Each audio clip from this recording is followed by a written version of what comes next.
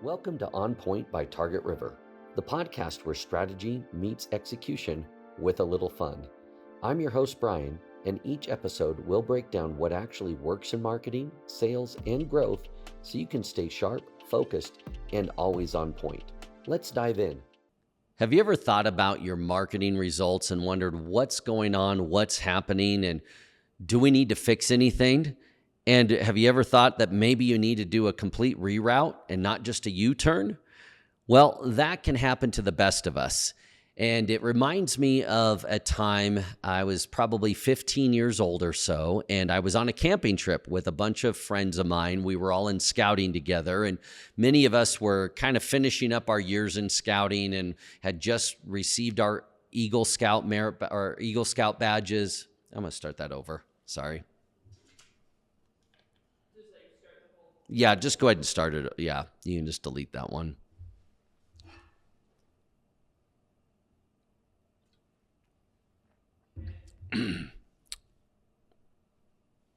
All right.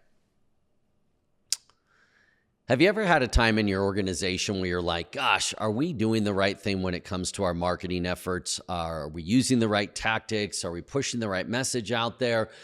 What do we need to tweak, or do we just need to actually do a whole new reroute rather than just a U-turn? And it got me thinking about the directional challenges that can often occur. And I was thinking of a time as a Boy Scout when I was on a camping trip. And most of us on this trip were considered senior level scouts. We'd been in scouting since we were little boys and Cub Scouts. And most of us had either already achieved our Eagle Scout or were close to it. And we were at a competition camp. So this is one of those things where you are competing against other scouting troops or groups on different skill levels, whether that is who can find materials to build a fire and then to boil water the fastest, or who can traverse from one location to another, who can build a tripod, who can build a bridge, all sorts of competition camps. And it was a sense of pride that our troop, our group of Boy Scouts, Troop 359, had won this competition camp 6 years in a row. So even my older friends who had since moved on and were no longer in scouting, there was still that sense of pride that we always won this competition. So we're on this camp out. Friday night, we have our competition. Saturday morning, we've got some things, and we had about a 3 or 4 hour break before our next competition that day. And some of us older guys, we remembered that somewhere in these same mountains was a high adventure ropes course with those all sorts of challenges to go through, where you're way up in trees and you're climbing over things and you're rappelling and stuff. And we had gone to it a year or so before, but from a different direction. But we had a vague idea of where it was, and we figured, well, hey, we're Eagle Scouts and Life Scouts. We can get there. So we ventured forth and made it over this one mountain peak, got through the valley, and we actually found the high adventure course. Had a great time, spent a couple of hours going through different things, doing the tires and all the different stuff. We realized, oh my gosh, we got to get back because we had the afternoon competition, and us being the elder or older scouts, the troop was leaning on us and expecting us to bring the trophy back for a 7th year. Well, only one problem. None of us paid attention when we walked to this high adventures course. None of us had taken a compass reading on where we were, and we were stuck in this valley. So long story short, what should have taken us probably 30 minutes to get back if we'd planned and set a correct course to go, took us 3 hours or so to get back. When we got back, there was concern because a whole group of us were lost. Once they were relieved that we were safe and found, then it turned to frustration because we had let down our troop and they had lost the competition because we had a bunch of younger scouts that couldn't do the things that we knew how to do. So how does this relate to marketing? Well, many times we have a strategy or a plan and it doesn't go the way that we thought. Maybe it's because there's shifts in customer behavior. Maybe a platform changed an algorithm, or maybe We just weren't measuring things correctly. So we didn't know how to read or understand the outcomes of the results that we were getting. So we can take a couple of approaches, right? We can take that approach of stubbornness. Well, I'm an expert in this. I know what I'm doing. This is what always works. I'm going to keep going at it.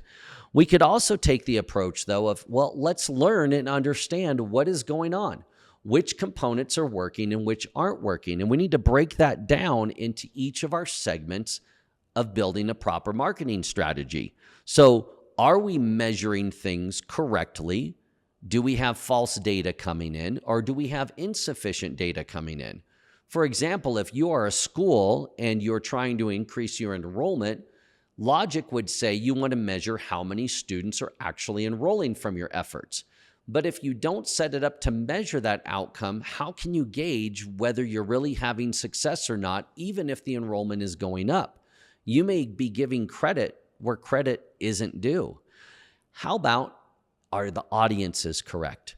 So if we have a great product, okay, maybe it's golf apparel. So we have a client that has an urban style golf apparel company, and great, unique products, styles. A lot of folks love it, but it's a certain audience that we need to reach out to and market this product to in order to sell it. Obviously, number one, it starts simply put, do people like golf or the golf apparel style? Because some guys would never, and women would never wear a golf shirt or a golf hat, but there are certain ones that will. So what are you doing to double check that and make sure that your audiences are correct? Again, we can be stubborn and say, oh, well, yeah, everybody wants my product or everybody wants my service. Do they really? There's often not everybody that's interested in a particular product, even something like an automobile. Most of us in America own a vehicle or two or three or four. We do rely on public transportation at times, but we're definitely a country that loves our automobiles. So we could make that assumption, well, everybody's going to love my fill in the blank, my brand of car or my specific model. But is that necessarily true? No. Certain people are going to have propensity to lean towards maybe a certain brand or a certain segment or a certain style. So we need to make sure that we're identifying those audiences. We've talked previously about an omni-channel approach, using the right different tactics to reach people.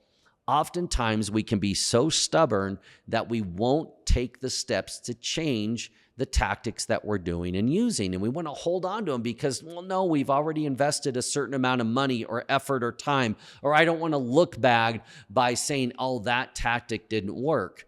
If it didn't work, isn't it better to figure that out and put a fork in it and be done rather than to keep spending money where it's not working, but maybe other tactics are? Don't be too proud. Be humble with it. Make that decision. Let the data help you, guide you to know which tactics you should be using. Another thing that I often see where we need to make that complete reroute or change in course and direction is when it comes to our messaging, okay? Sometimes we get so enamored with the creative. Wow, that's beautiful. Wow, that video is amazing, and so forth. But we miss the fact that it's missing the mark on delivering the right message to the people that are going to hear it. Or it's missing a call to action or that next step or help to move them along the way. So again, we get hung up on a component because we're enamored with it. We think it's beautiful. But if it's not generating results, why would we keep running it? Often we, in marketing and in advertising, we can get so stuck on the fact that we've made this plan, we've got to stick with this plan, we've got to go forward. But common sense or logic would say, if you know that one ad is working and another ad isn't, wouldn't it make sense to keep running the ad that is and pause the ad that isn't? That's the logical common sense thing. But we often in marketing don't use logic and common sense. And that's probably the biggest takeaway from today is as you're thinking about these things, make sure you are measuring. Make sure you have that guidance. Make sure you have that path. It was kind of ironic that all of us that got lost that day all had what's known as our orienteering merit badge, which teaches you the abilities and skills to use a compass and a map to get pretty much anywhere you need to go. over and under and through valleys and mountains and rivers and lakes and streams and everything else. But none of us had our compasses. None of us had our maps. And so we were lost. It would have been so much simpler if we'd had the guidance. And when it comes to marketing nowadays, you have so much guidance. You can measure so many things that will help you keep on the right course, stay on the right track, or if you are not having the results, to understand where you need to change, what you need to do to redirect and get you on the right track and course to get you the results and outcomes that you want to get.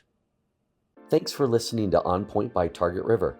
If you're ready to grow your organization with real strategy that generates meaningful results, visit targetriver.com and connect with our team today. Stay focused, stay winning, and stay on point. We'll see you next time.